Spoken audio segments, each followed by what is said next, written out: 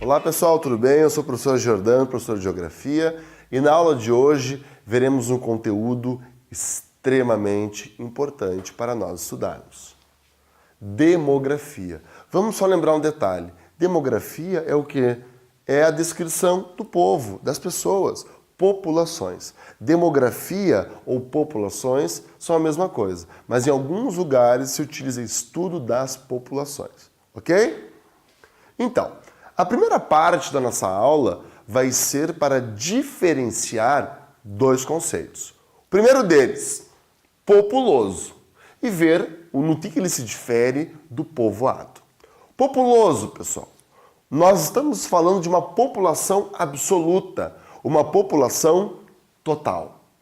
O populoso, tu tem que saber o seguinte, quais são os países mais populosos do mundo? Óbvio que tu não vai ficar decorando 200 países, mas saber pelo menos os 5 primeiros, isso sim é importante. Por quê? Porque depois nós veremos que algumas questões, tu tendo como base essas pequenas informações, tu consegue acertar, certo? Então é o seguinte, vamos lá. Qual é o país mais populoso do mundo? China.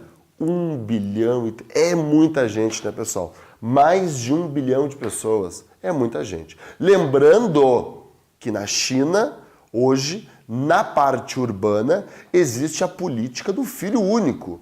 Professor, o que é filho único? O governo estimulou a população chinesa, há algumas décadas atrás, 2, 3 décadas atrás, a terem apenas um filho. E aí, claro, isso era uma medida para conter o crescimento do país, ok?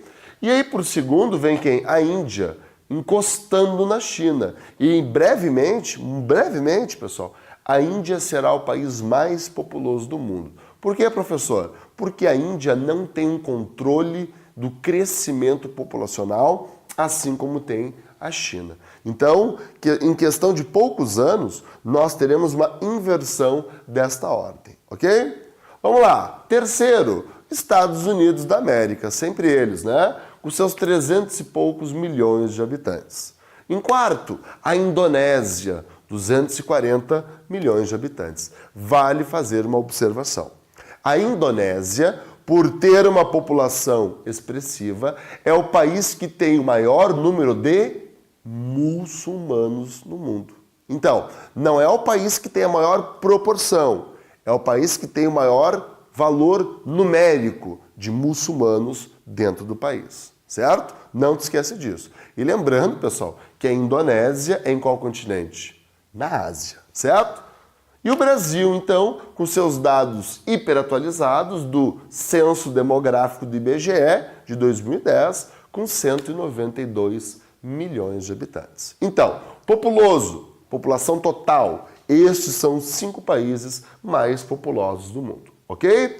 O outro conceito, povoado, população relativa, número de habitantes por quilômetro quadrado. Então é uma relação isso aqui, pessoal. Número de pessoas pelo espaço, ok? Isso aqui vai te dar o quê? A densidade demográfica. Tu não aprendeu lá em física que a densidade é a massa pelo volume? Se tu aprendeu, tu vai aprender. Então, aqui, ó, densidade demográfica é isso, é o número de pessoas por quilômetro quadrado, certo? E aqui tem uma relação importante. Lugares pequenos vão ter uma alta densidade demográfica. Territórios grandes, países grandes, por consequência, né, terão, pela tendência, uma concentração pequena ou menor do que o primeiro exemplo, ok?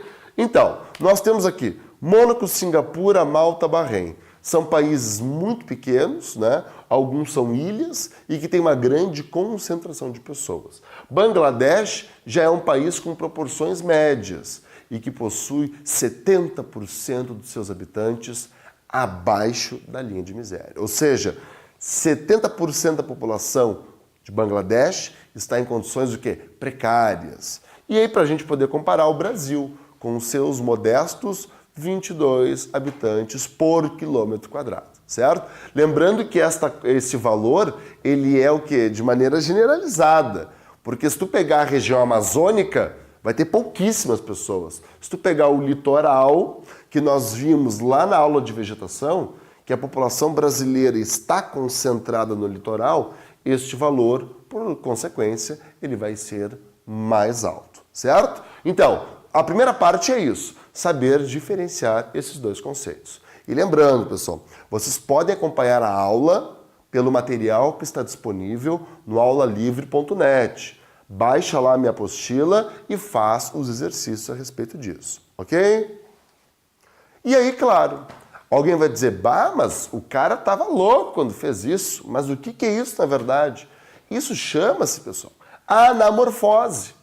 O que é anamorfose? É uma forma de representar um dado evidenciando o tamanho do seu país. Como assim, professor? Observe que os países mais populosos que eu mencionei agora há pouco, China, Índia, Estados Unidos, Indonésia e Brasil, estão o quê? Com um território maior, ou seja, evidenciando este dado. Este dado aqui ele vai mostrar os países mais populosos do mundo. Pessoal, isso aqui é leitura, isso aqui é interpretação. O que pode vir a cair a respeito de questões assim? Eles não vão dizer que é da população. Eles vão te dar este dado e vão dizer o que significa esta anamorfose. Eles vão colocar produto interno bruto, população dos países, número de pessoas trabalhando em tal setor da economia. E aí, claro, eles vão jogar com vocês. Mas, por isso que tu tem que saber esses conceitos mínimos. Saber que quando este valor ele é muito grande na China e na Índia, fica esperto. Geralmente, ele está falando de população. Então, isso é uma anamorfose, não tem erro. Te dou uma dica, quando cair a anamorfose, procura pegar a característica do continente, certo? Vamos lembrar que a Ásia reúne uma parcela significativa da população mundial. E aqui ela está o quê? Muito maior do que outros continentes, certo? Olha lá então, sobre taxas. Sobre as taxas, é importante tu associar isso aqui ao recente censo demográfico do IBGE, Instituto Brasileiro de Geografia e Estatística. O que é um censo demográfico? É quando este mesmo órgão vai de casa em casa no território brasileiro e coleta informações das pessoas, para saber qual é a característica do brasileiro.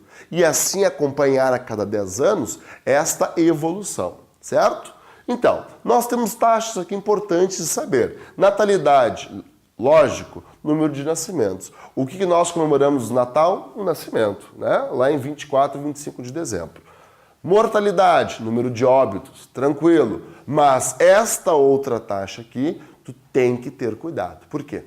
A taxa de mortalidade infantil é o número de óbitos de crianças que vão até completar, né, 1 ano de idade. Então, uma criança quando nasce até completar 1 ano de idade, se porventura ela vem a falecer, ela está inserida na taxa de mortalidade infantil. Tá, professor, mas o que eu tenho que saber disso? Tem que saber, turma, que este dado aqui ele é comparado a cada 1000 nascimentos. Então, de 1000 crianças que nascem, 7 vêm a falecer. Isso é um dado baixíssimo. Isso é o quê? Um dado de países como, por exemplo, a Noruega, que são países com um bom IDH, Índice de Desenvolvimento Humano, são países que têm uma saúde de qualidade, alimentação, saneamento básico. Vamos pegar o extremo? O extremo. O Congo, de cada 1000 crianças que nascem, em torno de 150 vêm a falecer antes de completar 1 ano de idade. E aí, claro, por esta taxa, tu pode ver como é que deve ser o acesso à alimentação, como é que deve ser a saúde pública, como é que deve ser, por exemplo, o saneamento básico, a distribuição da água, a qualidade da água. Por esta taxa, pessoal, tu consegue identificar as características socioeconômicas dos países que eles vão comparar um ao outro, ok? Uma outra importante, fertilidade. Número de mulheres em idade reprodutiva. Lembrando, pessoal, que no Brasil cada vez mais é comum as mulheres terem o seu primeiro filho cada vez mais tarde. Por quê, professor? Por causa do ingresso no mercado de trabalho, carreira profissional e assim por diante. Esse é um dado que tem que ficar ligado. Outro, fecundidade, número de filhos por mulher. Bah, e agora aqui tem uma questão interessante. Em 2010, o IBGE registrou menos do que 2 filhos por mulher, 1,86. E o que é isso, professor? 1,86 é um filho grande e um pequenininho? Não, né, pessoal? Isso aqui é um valor quebrado, é numérico. Mas é importante ver que na década de 60, o Brasil tinha 5 filhos por mulher. Na década de 2000, quando entrou o ano 2000, 2,3. E agora, 1,86. Certo? E 2 dados aqui, 2 taxas, melhor dizendo, importantes, é o vegetativo e o populacional. O vegetativo é o quê? Nascimentos menos óbitos. E o populacional é o crescimento vegetativo e contando o fluxo migratório do país, que vai dar, de fato, o crescimento populacional. Então agora, pessoal, a gente vai ver uma outra parte importante. Olha lá, pirâmides etárias.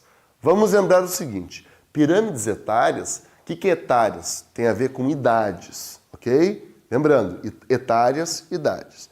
Nós vamos ver o seguinte, que uma pirâmide etária, ela tem 3 partes, a base, o corpo e o topo. O que tu tem que saber fazer de leitura? Tu tem que olhar para uma pirâmide etária e identificar se ela é de um país desenvolvido ou de um país subdesenvolvido. Por quê? Porque tu olhando somente uma pirâmide, tu consegue novamente ver as características socioeconômicas deste país, certo? Então, não vamos esquecer, a base, que é a parte inferior, o corpo, que seria o quê? A parte intermediária, logicamente, e o ápice, o cume, o topo, né? Que é a parte superior dessa pirâmide. Lembrando que a faixa etária, ela divide em 3 partes. Os jovens, muitos dos que estão me olhando agora, né? De 0 a 19 anos, os adultos de 20 a 64 anos e os velhos ou idosos, né? Acima de 65 anos. Só uma observação, no Brasil, cada vez mais é comum a diminuição do número de jovens e o aumento do número de idosos. Essa é uma tendência para as próximas décadas, certo? Então vamos ver aqui exemplos que falam disso. Olha lá, nós temos aqui a pirâmide etária da África e da Europa. Vamos lembrar o seguinte, a África é um continente localizado no mundo subdesenvolvido e a Europa no dito mundo desenvolvido. Observem bem, pessoal, que a base da África ela é larga, indica o quê? Muitos jovens. A parte azul seria o quê? Os adultos, a força produtiva do país. E os amarelos aqui são os idosos. Observem, pessoal, que os amarelos, os idosos, eles são pouco representativos. O que isso indica? Uma baixa expectativa de vida. O que é baixa expectativa de vida? É, ao nascer, quantos anos, em média, tu tem de expectativa para tu poder viver, certo? Lembrando disso, países subdesenvolvidos, base larga, topo estreito, certo? E olha lá na Europa, observe que a parte vermelha, que são os jovens, ela é menor do que dos adultos. Países como a Itália, por exemplo, tem um número muito baixo de jovens. E olha lá, adultos de maneira mais significativa e os idosos. Olha para cá, idosos. Observem como este valor ele é muito mais do que representativo. Muito mais representativo. Tanto é que, recentemente, na França, em outros governos europeus, eles querem mudar o quê? Eles querem mudar a aposentadoria. Por quê? Quem é que está se aposentando? Este grupo amarelo. Mas observem que cada vez mais o número de aposentados, ele cresce. E aí o governo, ele tem cada vez mais pagar a aposentadoria. E os jovens, que são a força produtiva, vão diminuindo gradativamente. O Brasil, ele está numa tendência semelhante a isso, ok? Olha lá então. Observem, pessoal, que aqui nós temos pirâmides etárias mostrando essa característica. Aqui, fala do Brasil. E aqui também, só que de formas diferentes. Olha só, essa primeira pirâmide, ela tem uma característica um pouco diferente desta aqui. Mas, turma, olhem para cá. Ó, vejam que esta base, que era extremamente larga, ela vai o quê? Se afinando gradativamente. E olha aqui, ó, Brasil nos anos 60, típica pirâmide do mundo subdesenvolvido. Ou seja, base larga, topo estreito. E agora, em 2050, pelas projeções do IBGE, como é que vai ficar? Olha aqui, praticamente reta, com um número muito grande de adultos. Eu vou voltar um slide. Olha lá.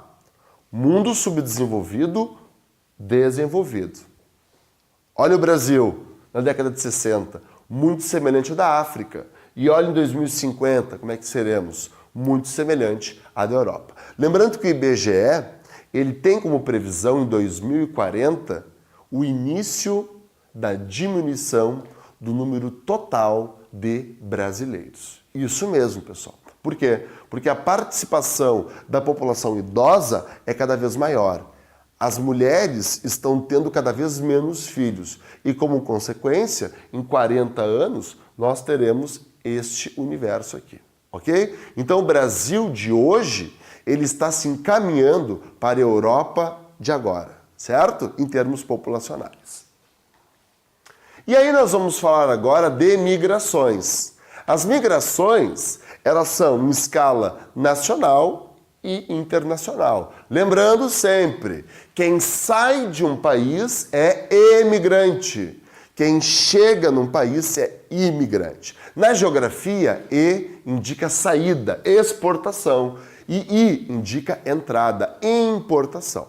Então este mapa, ele vai mostrar o quê? Estas áreas mais escuras indicam a entrada de pessoas, ou seja, são as áreas onde mais pessoas vão imigrar, certo? O que tem que saber? Que as pessoas migram onde migra o capital. Onde está o capital, que quer dizer o dinheiro, as pessoas vão atrás. Podemos dizer aqui de maneira significativa que Europa Ocidental e Estados Unidos continuam sendo os lugares com maior fluxo migratório, certo? Mais pessoas querem entrar nesses lugares. E qual é a origem, qual é o destino de quem chega lá? América Latina, África e Ásia, certo? Só mostrar uma questão interessante também. Canadá e Austrália são países que estão recebendo um fluxo muito grande de pessoas atualmente. Por quê? Pelo incentivo do governo. São países grandes, países com baixa população e que querem mão de obra qualificada, certo? Mas vale também ressaltar que na Europa eles estão agora vivenciando uma grande crise econômica, o que provavelmente estes dados aqui, eles podem mudar um pouco em alguns anos, certo? E outra coisa, nós vamos falar também de globalização e aí vão dizer, globalização é uma aldeia global. Vamos lembrar o seguinte, pessoal, entre o México e os Estados Unidos existe um muro separando os dois países, certo? Em volta da Europa existe um cerco muito forte contra os imigrantes, principalmente do norte africano, a região do Maghreb, certo? Então fica ligado nisso, porque a migração, ela não deixa de ser uma resposta da situação econômica de que cada país vive. Países onde o desemprego é estrutural, ou seja, o país não oferece ofertas de trabalho, as pessoas vão migrar para outros países, certo? Onde? Quais países são esses? Onde tem capital, onde tem dinheiro, onde tem trabalho, certo? Olha lá então. E aqui, pessoal, uma última questão a respeito do fluxo de brasileiros. Para onde que os brasileiros vão? Vamos lembrar que a partir dos anos 80, o Brasil começou a tornar-se, um país de emigração. Ou seja, muitas pessoas saindo do nosso país. Inicialmente era para onde? Paraguai, isso mesmo, Paraguai, porque o governo lá incentivou. Estados Unidos e Japão. Só que agora, pessoal, esse dado é recente. Ele traz o quê? Estados Unidos continua sendo o principal destino. Depois, Portugal e Espanha, vamos lembrar, Europa e Japão. E Itália e Inglaterra também na Europa. Então podemos dizer que Estados Unidos, Europa e Japão. Esses são os principais destinos dos brasileiros. Porém, pessoal, isso aqui é uma questão atual. Tu tem que estar ligado nisso. O que é? É o fluxo inverso de brasileiros. Europa, sim, mais uma vez, está em crise econômica. E o Brasil não é uma ilha. Ele não vai ficar imune a essa crise. Mas comparado aos países europeus, pessoal, nós estamos muito bem e com uma economia em expansão. Então agora tem muitos brasileiros voltando para o nosso país. Então essa é uma tendência que vai se agravar nos próximos anos. Inclusive de europeus que vão querer retornar, ou melhor, querem voltar, né? Digamos que eles já vieram aqui alguns séculos atrás, né? Levaram o que a gente tinha, agora eles estão voltando pelas perspectivas econômicas daqui, certo? Fica ligado que isso aqui é muito importante, pessoal. Então era isso. Nesta aula nós vimos conceitos importantes de demografia, vimos a questão do populoso povoado, vimos as taxas, a realidade brasileira e a atualidade a respeito dos dados do IBGE e também as migrações, ok? Então tá, pessoal, esse aqui é um assunto muito importante, dá uma revisada lá na apostila no aulalivre.net, ok? Um abraço e até a próxima aula. Siga o aulalivre.net nas redes sociais e fique por dentro de tudo o que acontece em nossos cursos. YouTube, Twitter e Facebook. aulalivre.net, seu portal de cursos grátis.